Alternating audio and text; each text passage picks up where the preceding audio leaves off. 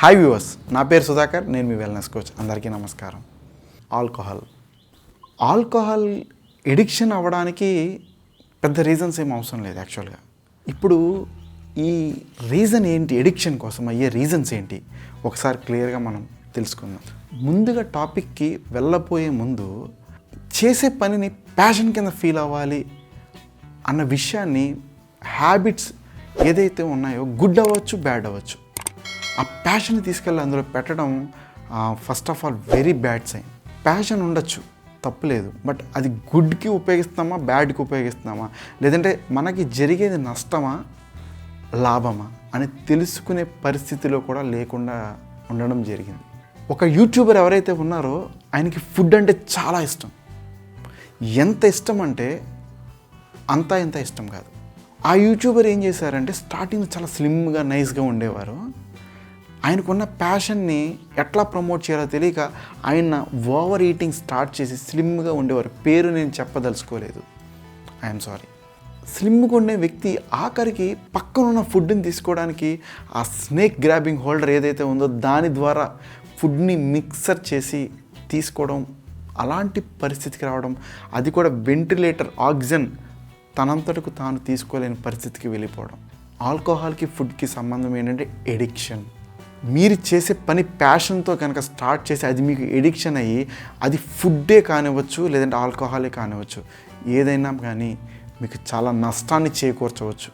చాలాసార్లు మా విషయంలో కూడా, ఎస్పెషల్లీ నేను కూడా కొన్ని విషయాల్లో మిస్టేక్ చేసి ఉన్నాను. మీ ఎదురుగా నేను ఒప్పుకుంటున్నాను. అది ఎలాగా అంటే దావత్ ఇచ్చే క్రమంలో ఆల్కహాల్ని కొన్నిసార్లు ఎంకరేజ్ చేయడం జరిగింది.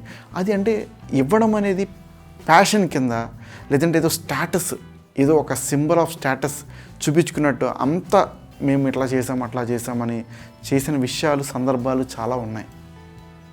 అప్పుడు నాకు అది రాంగ్ అనిపించలేదు. బట్ బయటకు వచ్చి నిజంగా ఆ రోజున కొంతమంది నేను ఆపడం జరిగింది. బట్ వాళ్ళు అదే మూడ్లో కనుక వెళ్ళి ఏదైనా యాక్సిడెంట్ అయి ఉన్నట్లయితే దానికి ఎవరు భరిస్తారు?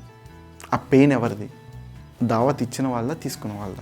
నిజంగా మనం కేర్ చేసే వ్యక్తులం అయితే మీ పిల్లవాడికి మీరు పాలు పట్టిస్తారా, ఆల్కహాల్ పట్టిస్తారా? ఒక్కసారి ఆలోచించండి. మీ పిల్లవాడికి ఉన్న శరీరం వాళ్ళకున్న శరీరం ఒకటి కాదా? వాళ్ళకి ఫ్యామిలీస్ లేవా? మనం ఎంకరేజ్ చేయాలా? నేను ఈ విషయాన్ని చాలా ఎమోషన్గానే చెప్పాల్సి వస్తుంది. మనకున్న స్పెషల్ ఇంట్రెస్ట్ మీద మనం చేసింది వేరు, బట్ మనం దావత్ రూపంలో కానీ మనం దీన్ని ఎంకరేజ్ చేయడం అనేది చాలా రాంగ్ అండి. ఎందుకు చెప్తున్నానంటే మనతో పాటు ఉన్న పిల్లలు ఎవరైతే ఉన్నారో దూరం నుంచి చూస్తున్నారన్న విషయాన్ని మనం మర్చిపోతాం. అక్కడ ఏం జరుగుతుంది మీరు కావాలంటే గమనించండి. ఇప్పుడు కూడా చిన్నపిల్లలు ఎవరన్నా మీ ఇంట్లో ఉన్నట్లయితే చేతిని ఇట్లా హోల్డ్ చేసి మీరు ఇట్లాగే పెట్టి ఇది నీకు ఇవ్వనని చెప్పండి, ఓపెన్ చేసి చూపించండి, అందులో ఏముండదు. బట్ సేమ్ రెండో రోజు కూడా అట్లాగే చేయండి. సేమ్ ఎగ్జైట్మెంట్ వాళ్ళకు ఉంటుంది. లోపల ఏమున్నది, ఏం జరుగుతుందన్న ఎగ్జైట్మెంట్ వాళ్ళకి ఖచ్చితంగా ఉంటుంది. సేమ్ ఎగ్జైట్మెంట్ మనకి తెలియకుండానే మన చుట్టుపక్కన ఉన్న పిల్లలకి మనం కలగచేస్తున్నాం. అలా కలగచేయడం వల్ల వాళ్ళు మనకి తెలిసో తెలియకో చాలాసార్లు ఈ ఎడిక్షన్కి గురవుతున్నారు. స్మోకింగ్ నుంచి మొదలుపెట్టి చాలామందిని చూస్తే డ్రగ్స్, వీడ్ చేస్తున్నారు. ఇప్పటికి స్టిల్ చాలా చోట్ల నేను చూశాను. కొన్ని అబాండెడ్ ప్లేసెస్లో ఎప్పుడైనా గార్బేజ్ పడేయడానికి వెళ్ళినప్పుడు అక్కడ కొంతమందిని చూస్తే ఎట్లా పడితే అట్లా పడి ఉంటున్నారు. నేను రీసెంట్ టైమ్స్లో నేను చూశాను, నేను దడుచుకున్నాను. యాక్చువల్గా నేను గార్బేజ్ని త్రో చేయడానికి వెళ్ళినప్పుడు నాకు చాలా భయం వేసింది. అది authorised place for garbage, but అక్కడ వాళ్ళు వీడి తీసుకుంటాం చూశాను. వాళ్ళు నన్ను చూసిన చూపు చూసి నాకు చాలా భయం వేసింది. నాకేం చేయాలో అర్థం కాలేదు. అలా వాళ్ళ వయసు చూస్తే ఎంతకే తీరా చూస్తే 18 నుంచి 25 లోపలే ఉన్నాయి. ఆల్రెడీ నేను ఈ స్మోకింగ్ దాని గురించి చెప్పినప్పుడు నేను ఒక 14 years and 18 years and 20 years బాబు గురించి నేను ఒకసారి మీకు చెప్పాను. ప్యాషన్ని ఎటు వాడుతున్నాం, ఏం చేస్తున్నాం అనేది ఒకసారి మనం ఖచ్చితంగా ఆలోచించి స్టెప్ తీసుకోవాలి.